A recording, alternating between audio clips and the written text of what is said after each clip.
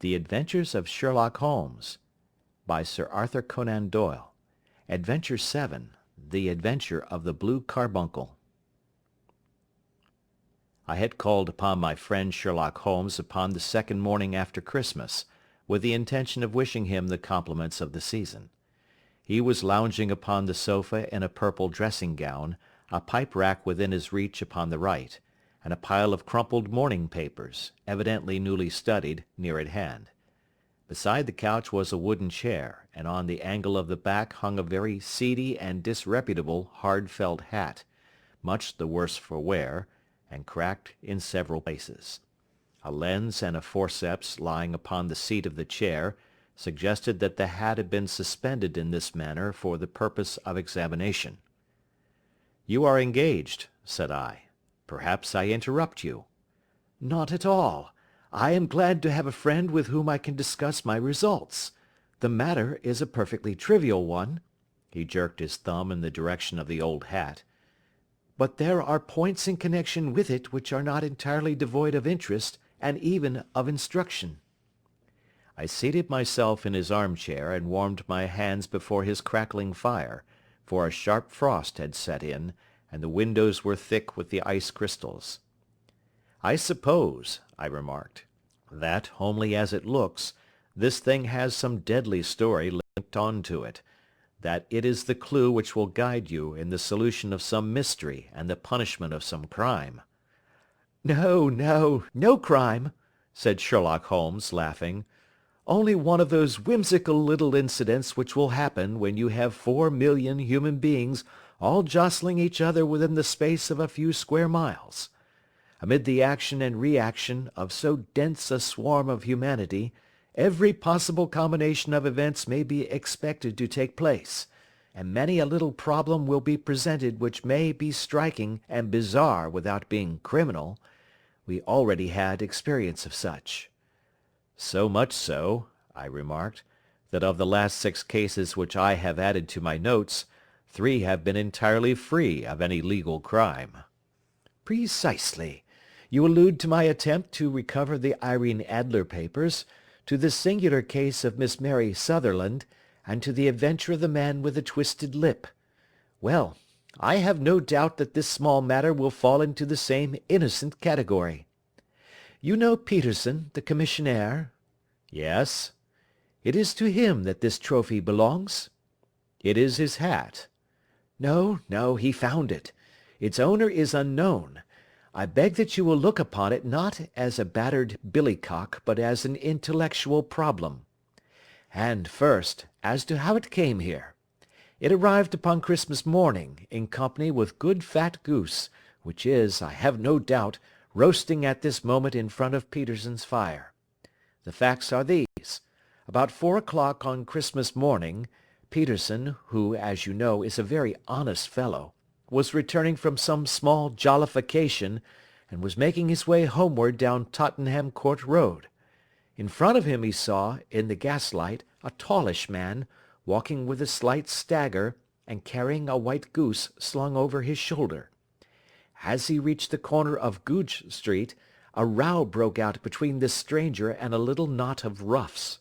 One of the latter knocked off the man's hat, on which he raised his stick to defend himself, and swinging it over his head, smashed the shop window behind him. Peterson had rushed forward to protect the stranger from his assailants, but the man, shocked at having broken the window, and seeing an official-looking person in uniform rushing towards him, dropped his goose, took to his heels, and vanished amid the labyrinth of small streets which lie at the back of Tottenham Court Road. The roughs had also fled at the appearance of Peterson, so that he was left in possession of the field of battle, and also of the spoils of victory, in the shape of this battered hat and a most unimpeachable Christmas goose." "Which surely he restored to their owner." "My dear fellow, there lies the problem. It is true that 'For Mrs. Henry Baker' was printed upon a small card which was tied to the bird's left leg, and it is also true that the initials H.B.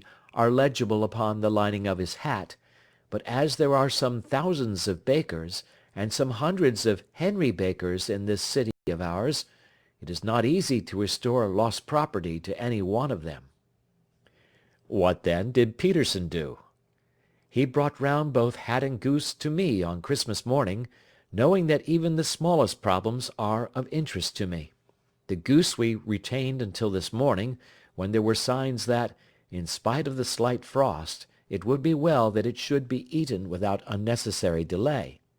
Its finder has carried it off, therefore, to fulfill the ultimate destiny of a goose, while I continue to retain the hat of the unknown gentleman who lost his Christmas dinner."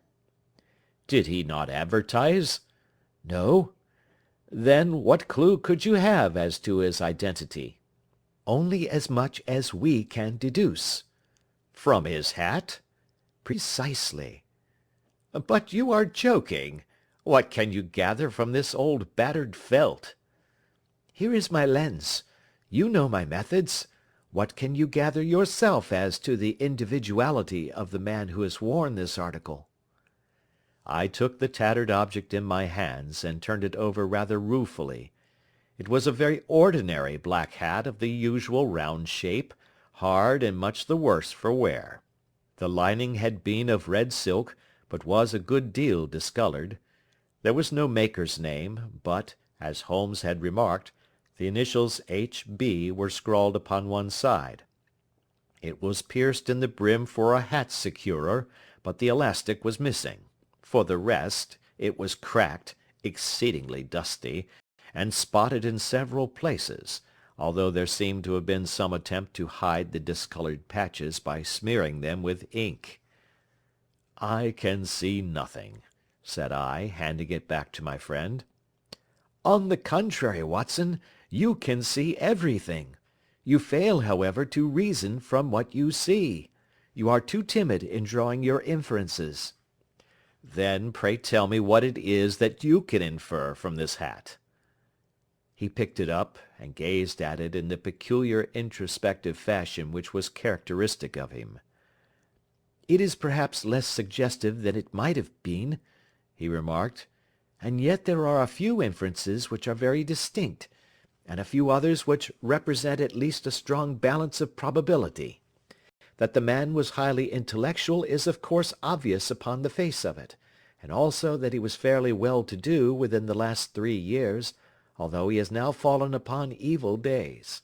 He had foresight, but has less now than formerly, pointing to a moral retrogression, which, when taken with the decline of his fortunes, seems to indicate some evil influence, probably drink, at work upon him.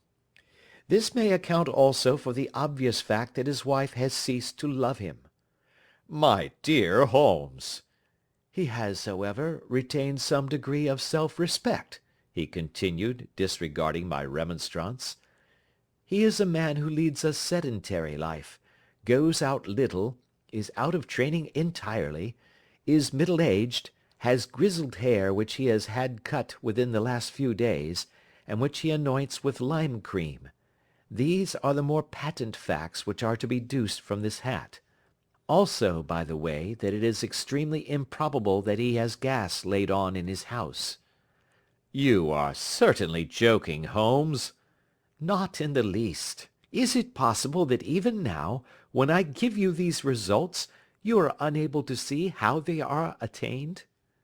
"I have no doubt that I am very stupid, but I must confess that I am unable to follow you. For example, how did you deduce that this man was intellectual?" For answer Holmes clapped the hat upon his head. It came right over the forehead and settled upon the bridge of his nose. "It is a question of cubic capacity," said he. "A man with so large a brain must have something in it." "The decline of his fortunes, then?" "This hat is 3 years old. These flat brims curled at the edge came in then. It is a hat of the very best quality. Look at the band of ribbed silk and the excellent lining. If this man could afford to buy so expensive a hat 3 years ago, and has had no hat since, then he has assuredly gone down in the world." "Well, that is clear enough, certainly. But how about the foresight and the moral retrogression?" Sherlock Holmes laughed. "Here is the foresight," said he, putting his finger upon the little disc and loop of the hat secure. "They are never sold upon hats. If this man ordered one, it is a sign of a certain amount of foresight, since he went out of his way to take this precaution against the wind. But since we see that he has broken the elastic and has not troubled to replace it, it is obvious that he has less foresight now than formerly, which is a distinct proof of a weakening nature. On the other hand, he has endeavoured to conceal some of these stains upon the felt by daubing them with ink, which is a sign that he has not entirely lost his self-respect." "Your reasoning is certainly plausible." "The further points, that he is middle-aged, that his hair is grizzled, that it has been recently cut, and that he uses lime cream, are all to be gathered from a close examination of the lower part of the lining. The lens discloses a large number of hair ends, clean cut by the scissors of the barber. They all appear to be adhesive, and there is a distinct odour of lime cream. This dust, you will observe, is not the gritty grey dust of the street, but the fluffy brown dust of the house, showing that it has been hung up indoors most of the time, while the marks of moisture upon the inside are proof positive that the wearer perspired very freely, and could therefore hardly be in the best of training." "But his wife? You said that she had ceased to love him." "This hat has not been brushed for weeks. When I see you, my dear Watson, with a week's accumulation of dust upon your hat, and when your wife allows you to go out in such a state, I shall fear that you also have been unfortunate enough to lose your wife's affection."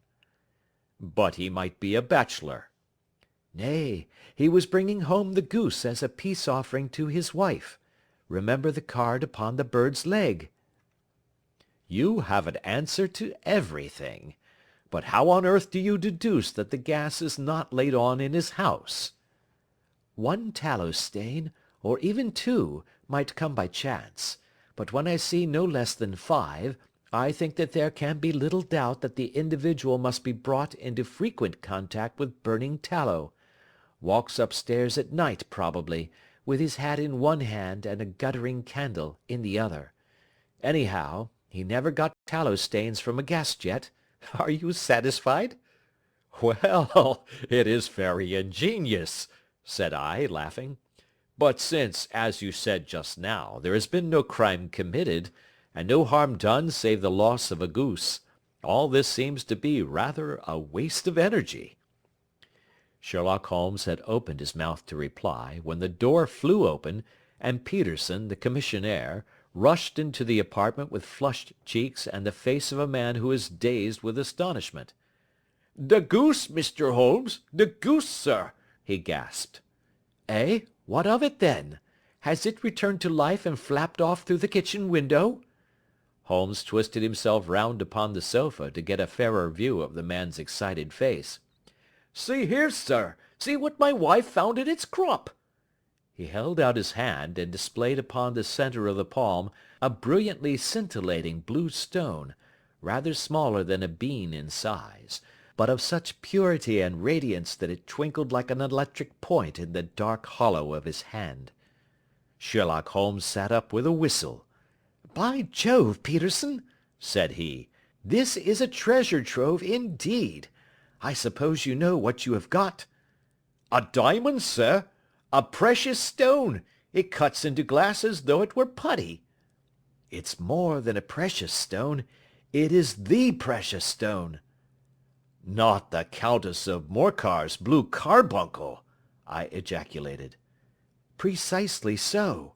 I ought to know its size and shape, seeing that I have read the advertisement about it in the Times every day lately. It is absolutely unique, and its value can only be conjectured, but the reward offered of £1,000 is certainly not within a 20th part of the market price." "£1,000!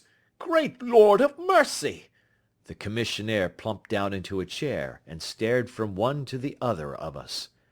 "That is the reward, and I have reason to know that there are sentimental considerations in the background which would induce the Countess to part with half her fortune if she could but recover the gem." "It was lost, if I remember aright, at the Hotel Cosmopolitan," I remarked. "Precisely so, on December 22nd, just 5 days ago. John Horner, a plumber, was accused of having abstracted it from the lady's jewel case. The evidence against him was so strong that the case has been referred to the assizes. I have some account of the matter here, I believe." He rummaged amid his newspapers, glancing over the dates, until at last he smoothed one out, doubled it over, and read the following paragraph: "Hotel Cosmopolitan jewel robbery. John Horner, 26, plumber, was brought up upon the charge of having upon the 22nd instant abstracted from the jewel case of the Countess of Morcar the valuable gem known as the blue carbuncle. James Ryder, upper attendant at the hotel, gave his evidence to the effect that he had shown Horner up to the dressing room of the Countess of Morcar upon the day of the robbery, in order that he might solder the second bar of the grate, which was loose. He had remained with Horner some little time, but had finally been called away. On returning, he found that Horner had disappeared, that the bureau had been forced open, and that the small morocco casket in which, as it afterwards transpired, the Countess was accustomed to keep her jewel, was lying empty upon the dressing-table. Ryder instantly gave the alarm, and Horner was arrested the same evening, but the stone could not be found either upon his person or in his rooms. Catherine Cusack, maid to the Countess, deposed to having heard Ryder's cry of dismay on discovering the robbery, and to having rushed into the room, where she found matters as described by the last witness. Inspector Bradstreet, B Division, gave evidence as to the arrest of Horner, who struggled frantically, and protested his innocence in the strongest terms. Evidence of a previous conviction for robbery having been given against the prisoner, the magistrate refused to deal summarily with the offence, but referred it to the assizes. Horner, who had shown signs of intense emotion during the proceedings, fainted away at the conclusion and was carried out of court. So much for the police court," said Holmes thoughtfully, tossing aside the paper. "The question for us now to solve is the sequence of events leading from a rifled jewel case at one end to the crop of a goose in Tottenham Court Road at the other. You see, Watson, our little deductions have suddenly assumed a much more important and less innocent aspect. Here is the stone. The stone came from the goose, and the goose came from Mr. Henry Baker, the gentleman with the bad hat, and all the other characteristics with which I have bored you. So now we must set ourselves very seriously to finding this gentleman, and ascertaining what part he has played in this little mystery. To do this, we must try the simplest means first, and these lie undoubtedly in an advertisement in all the evening papers. If this fail, I shall have recourse to other methods." "What will you say?" "Give me a pencil and that slip of paper. Now then, found at the corner of Goodge Street, a goose and a black felt hat. Mr. Henry Baker can have the same by applying at 6:30 this evening at 221B, Baker Street. That is clear and concise." "Very. But will he see it?" "Well, he is sure to keep an eye on the papers, since, to a poor man, the loss was a heavy one.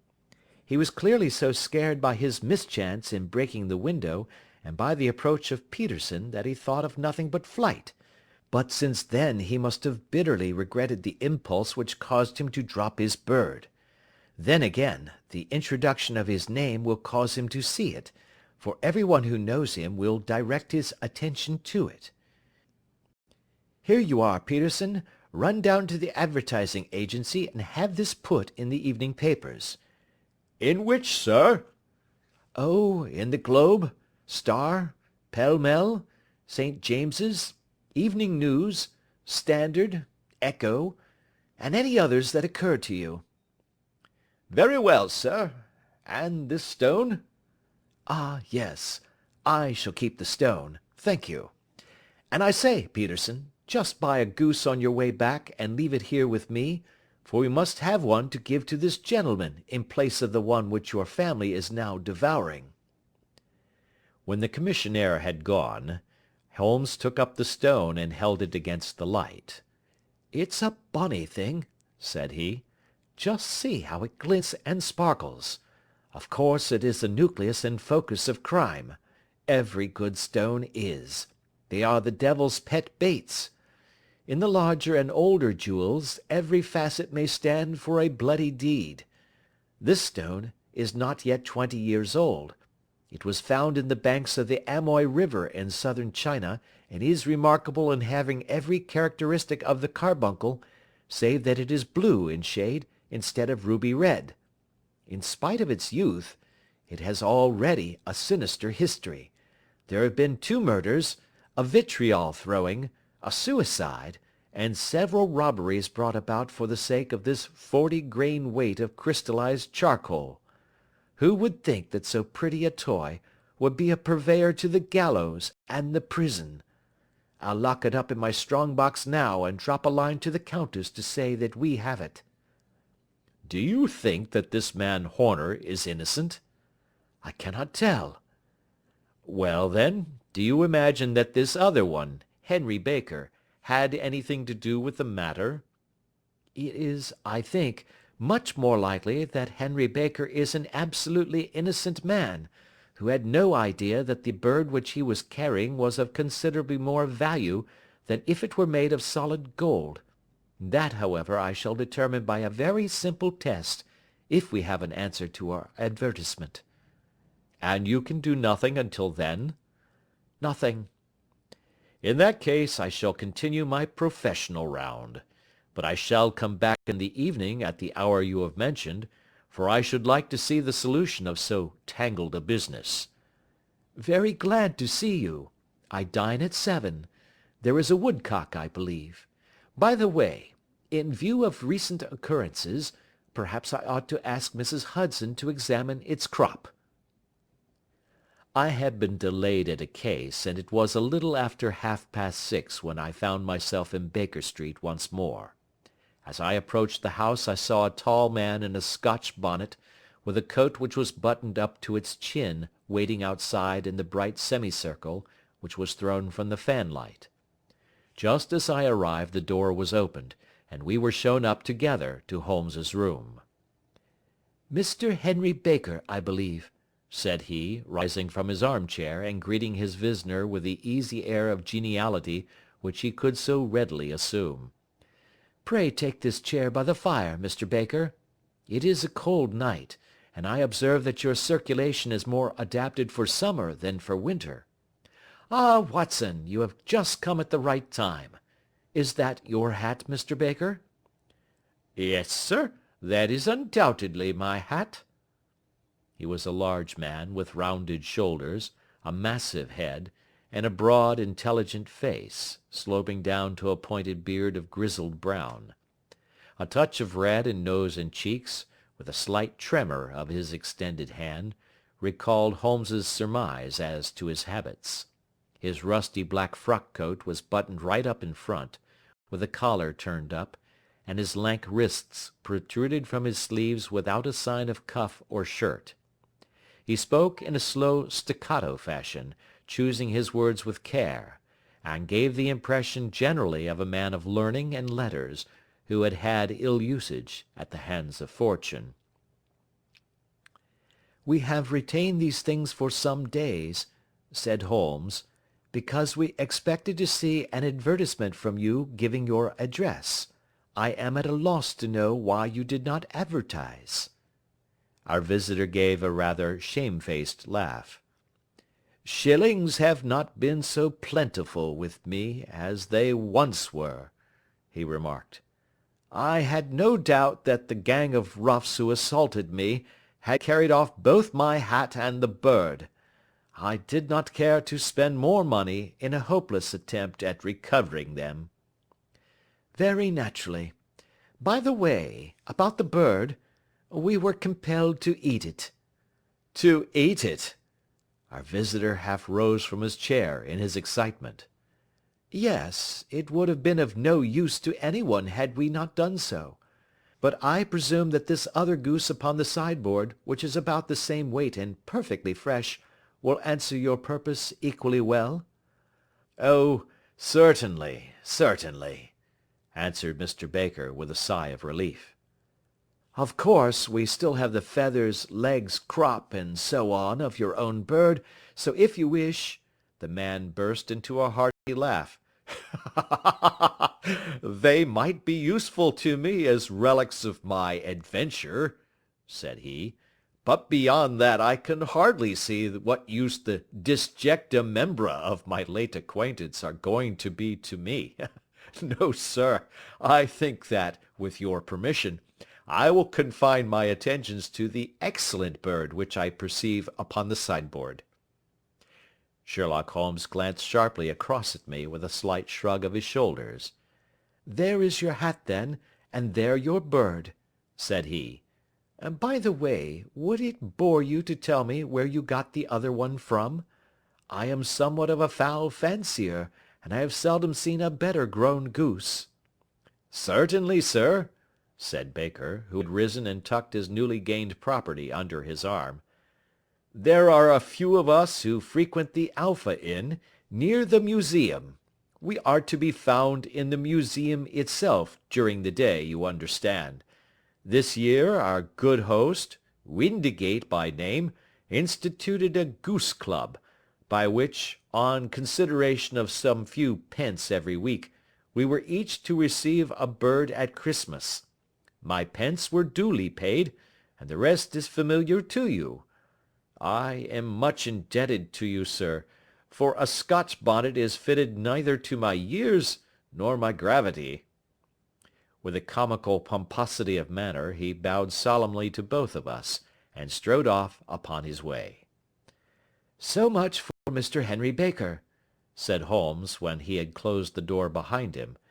"It is quite certain that he knows nothing whatever about the matter. Are you hungry, Watson?" "Not particularly." "Then I suggest that we turn our dinner into a supper and follow up this clue while it is still hot." "By all means." It was a bitter night, so we drew on our ulsters and wrapped cravats about our throats. Outside, the stars were shining coldly in a cloudless sky, and the breath of the passers-by blew out into smoke like so many pistol shots.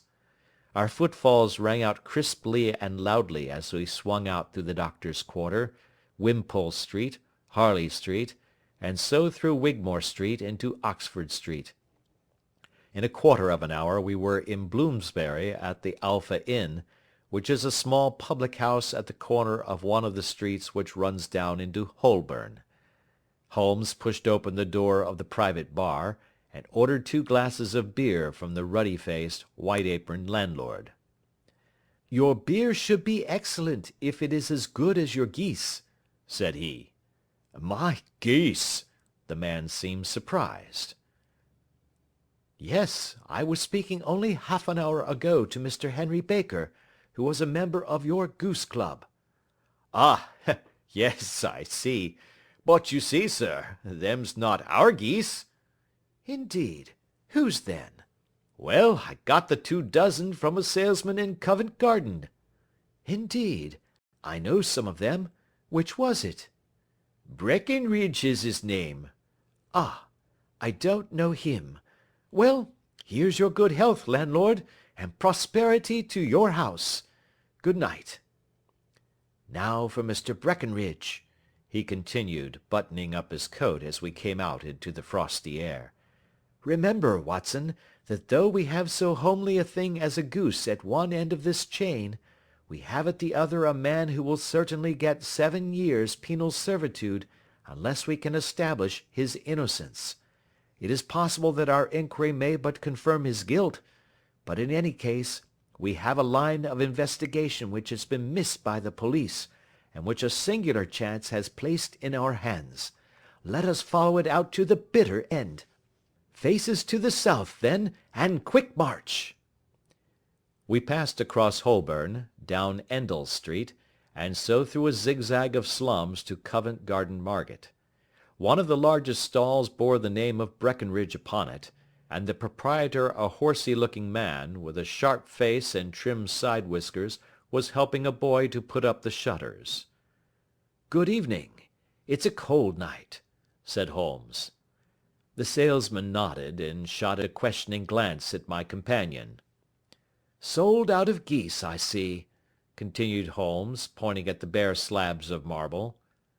"Let you have 500 tomorrow morning." "That's no good." "Well, there are some on the stall with the gas flare." "Ah, but I was recommended to you." "Who by?" "The landlord of the Alpha." "Oh, yes, I sent him a couple of dozen." "Fine birds they were, too. Now where did you get them from?" To my surprise the question provoked a burst of anger from the salesman. "Now then, mister," said he, with his head cocked and his arms akimbo, "what are you driving at? Let's have it straight now." "It is straight enough. I should like to know who sold you the geese which you supplied to the Alpha." "Well then, I shan't tell you. So now." "Oh, it is a matter of no importance, but I don't know why you should be so warm over such a trifle." "Warm? You'd be as warm, maybe, if you were as pestered as I am. When I pay good money for a good article there should be an end of the business. But it's, where are the geese? And who did you sell the geese to? And what will you take for the geese? One would think they were the only geese in the world, to hear the fuss that is made over them." "Well, I have no connection with any other people who have been making inquiries," said Holmes carelessly. "If you won't tell us, the bet is off, that is all. But I'm always ready to back my opinion on a matter of fowls, and I have a fiver on it that the bird I ate is country bred." "Well, then, you've lost your fiver, for it's town bred," snapped the salesman. "It's nothing of the kind." "I say it is." "I don't believe it." "Do you think you know more about fowls than I, who have handled them ever since I was a nipper? I tell you, all those birds that went to the Alpha were town bred." "You'll never persuade me to believe that." "Will you bet, then?" "It's merely taking your money, for I know that I am right.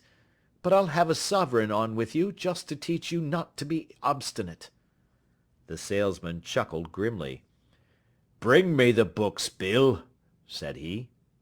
The small boy brought round a small thin volume, and a great greasy-backed one, laying them out together beneath the hanging lamp.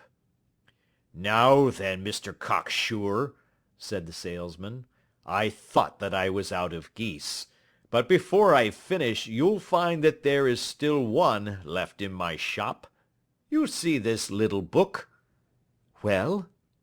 "That's the list of the folk from whom I buy. Do you see?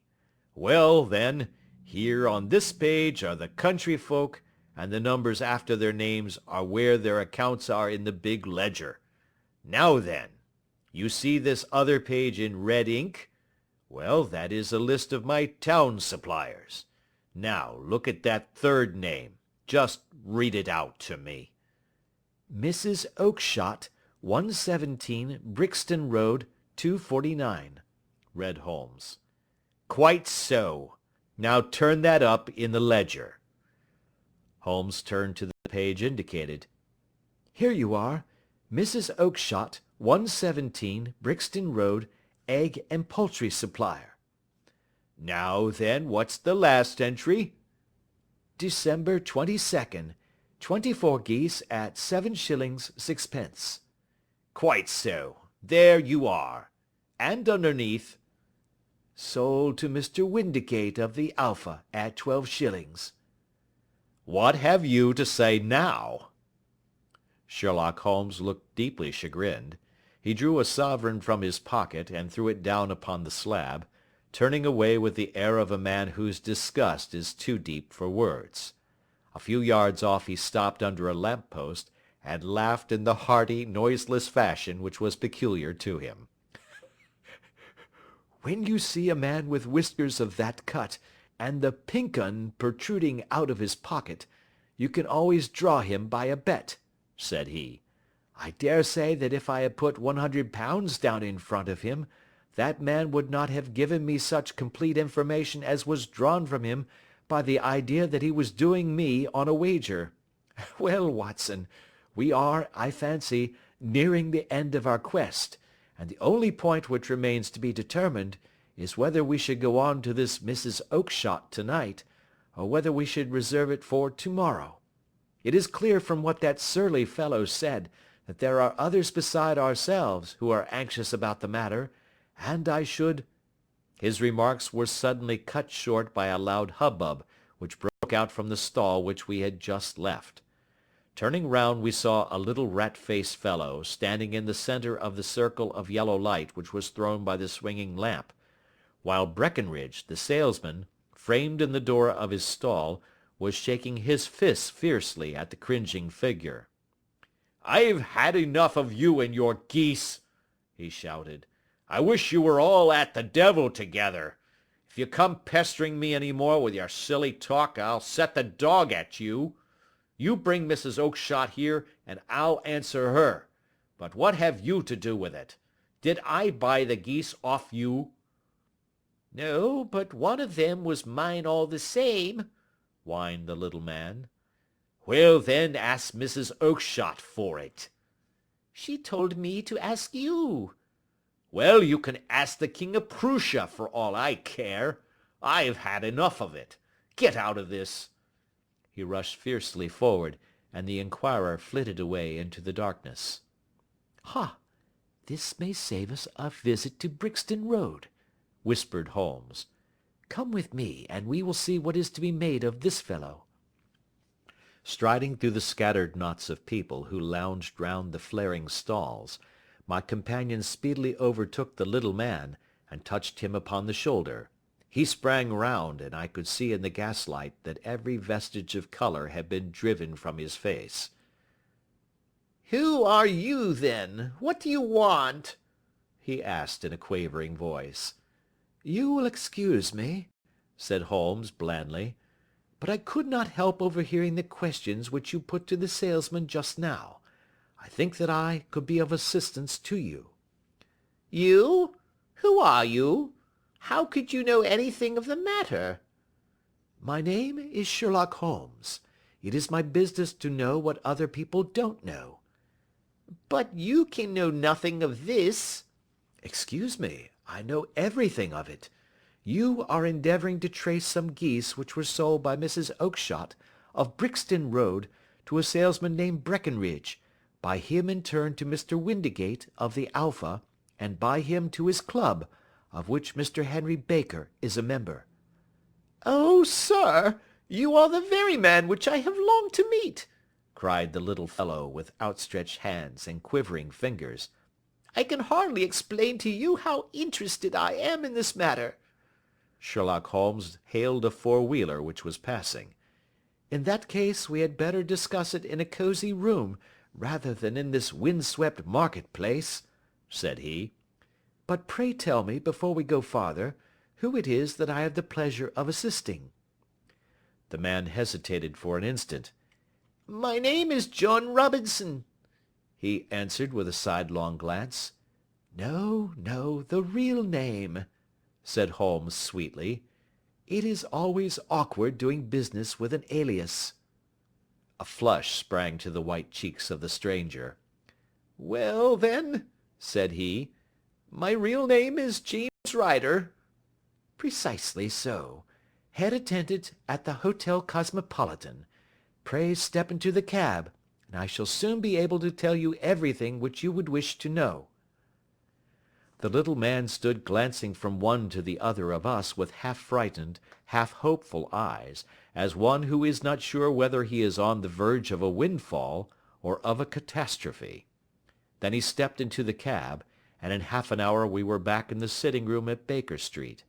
Nothing had been said during our drive, but the high, thin breathing of our new companion, and the claspings and unclaspings of his hands, spoke of the nervous tension within him. "Here we are," said Holmes cheerily as we filed into the room. "The fire looks very seasonable in this weather. You look cold, Mr. Ryder. Pray take the basket chair. I will just put on my slippers before we settle this little matter of yours. Now then, you want to know what became of those geese? Yes, sir. Or rather, I fancy, of that goose. It was one bird, I imagine, in which you were interested. White, with a black bar across the tail." Ryder quivered with emotion. "Oh, sir," he cried, "can you tell me where it went to?" "It came here." "Here?" "Yes, and a most remarkable bird it proved. I don't wonder that you should take an interest in it. It laid an egg after it was dead. The bonniest, brightest little blue egg that ever was seen. I have it here in my museum." Our visitor staggered to his feet and clutched the mantelpiece with his right hand. Holmes unlocked his strong box and held up the blue carbuncle, which shone out like a star with a cold, brilliant, many-pointed radiance. Ryder stood glaring with a drawn face, uncertain whether to claim or to disown it. "The game's up, Ryder," said Holmes quietly. "Hold up, man, or you'll be into the fire. Give him an arm back into his chair, Watson. He's not got blood enough to go in for felony with impunity. Give him a dash of brandy. So. Now he looks a little more human. What a shrimp it is, to be sure." For a moment he had staggered and nearly fallen, but the brandy brought a tinge of colour into his cheeks, and he sat staring with frightened eyes at his accuser. "I have almost every link in my hands, and all the proofs which I could possibly need, so there is little which you need tell me. Still, that little may as well be cleared up to make the case complete. You had heard, Ryder, of this blue stone of the Countess of Morcar's?" It was Catherine Cusack who told me of it, he said in a cracking voice. "I see. Her ladyship's waiting maid.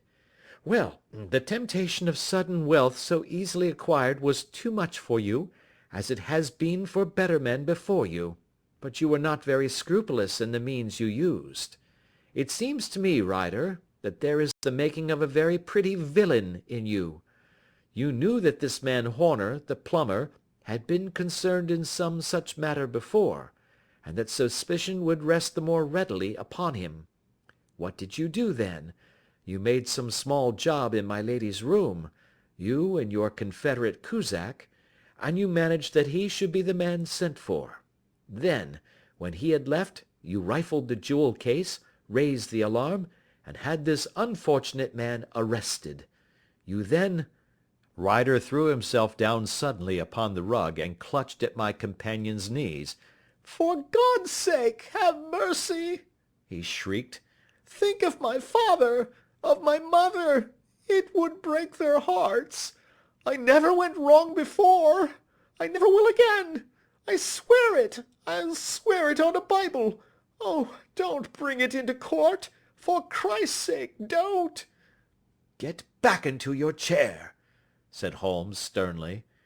"It is very well to cringe and crawl now, but you thought little enough of this poor Horner in the dock for a crime of which he knew nothing." "I will fly, Mr. Holmes. I will leave the country, sir. Then the charge against him will break down." We will talk about that. And now let us hear a true account of the next act. How came the stone into the goose, and how came the goose into the open market? Tell us the truth, for there lies your only hope of safety." Ryder passed his tongue over his parched lips. "I will tell you it just as it happened, sir," said he. "When Horner had been arrested, it seemed to me that it would be best for me to get away with the stone at once, for I did not know at what moment the police might not take it into their heads to search me and my room. There was no place about the hotel where it would be safe. I went out as if on some commission, and I made for my sister's house. She had married a man named Oakshott, and lived in Brixton Road, where she fattened fowls for the market. All the way there, every man I met seemed to me to be a policeman or a detective, and for all that it was a cold night, the sweat was pouring down my face before I came to the Brixton Road.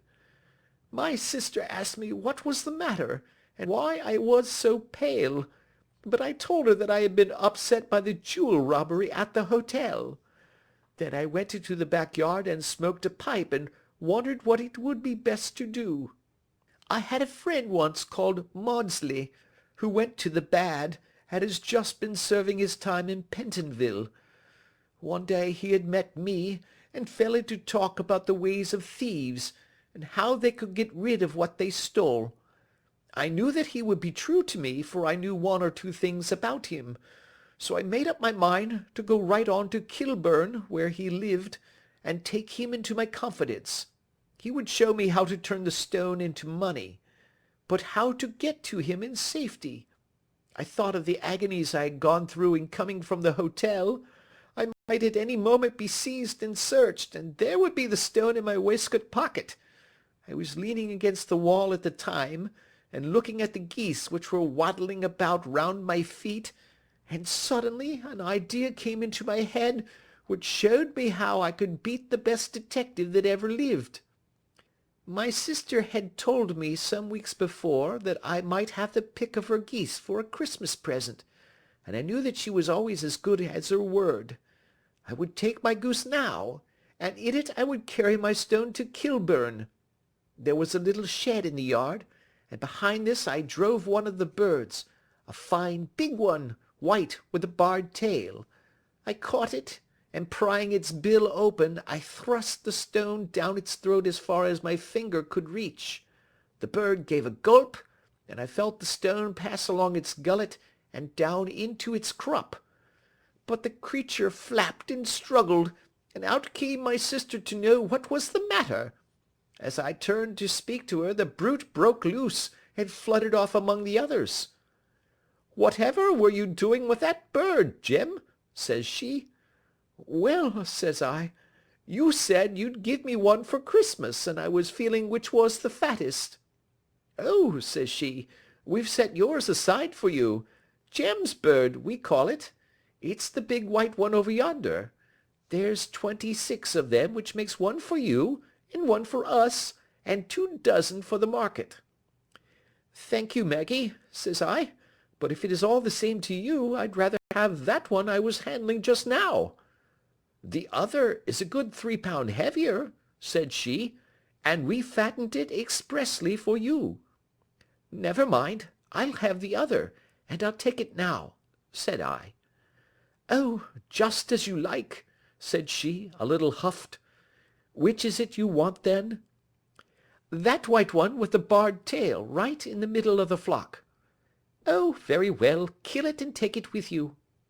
Well, I did what she said, Mr. Holmes, and I carried the bird all the way to Kilburn. I told my pal what I had done, for he was a man that it was easy to tell a thing like that to.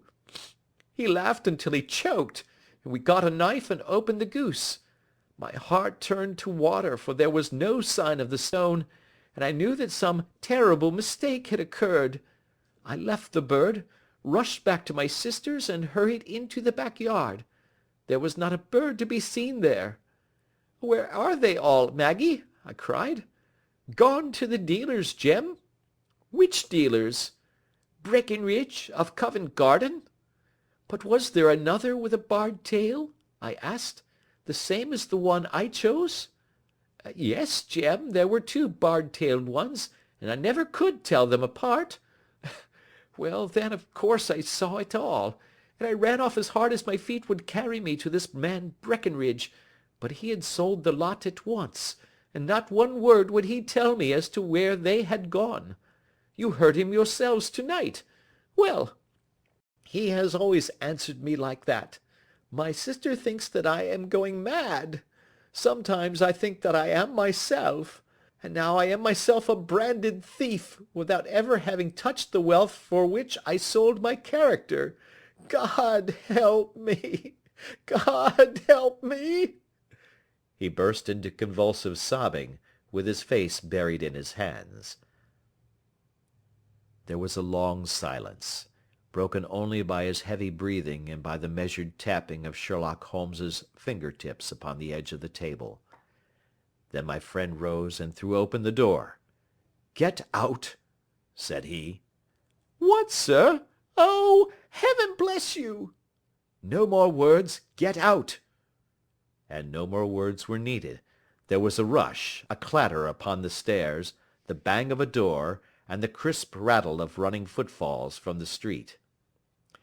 "After all, Watson," said Holmes, reaching up his hand for his clay pipe, "I am not retained by the police to supply their deficiencies. If Horner were in danger it would be another thing, but this fellow will not appear against him, and the case must collapse. I suppose that I am commuting a felony, but it is just possible that I am saving a soul. This fellow will not go wrong again. He is too terribly frightened. Send him to jail now, and you will make him a jailbird for life. Besides, it is the season of forgiveness. Chance has put in our way a most singular and whimsical problem, and its solution is its own reward. If you will have the goodness to touch the bell, Doctor, we will begin another investigation, in which also a bird will be the chief feature." End of Adventure 7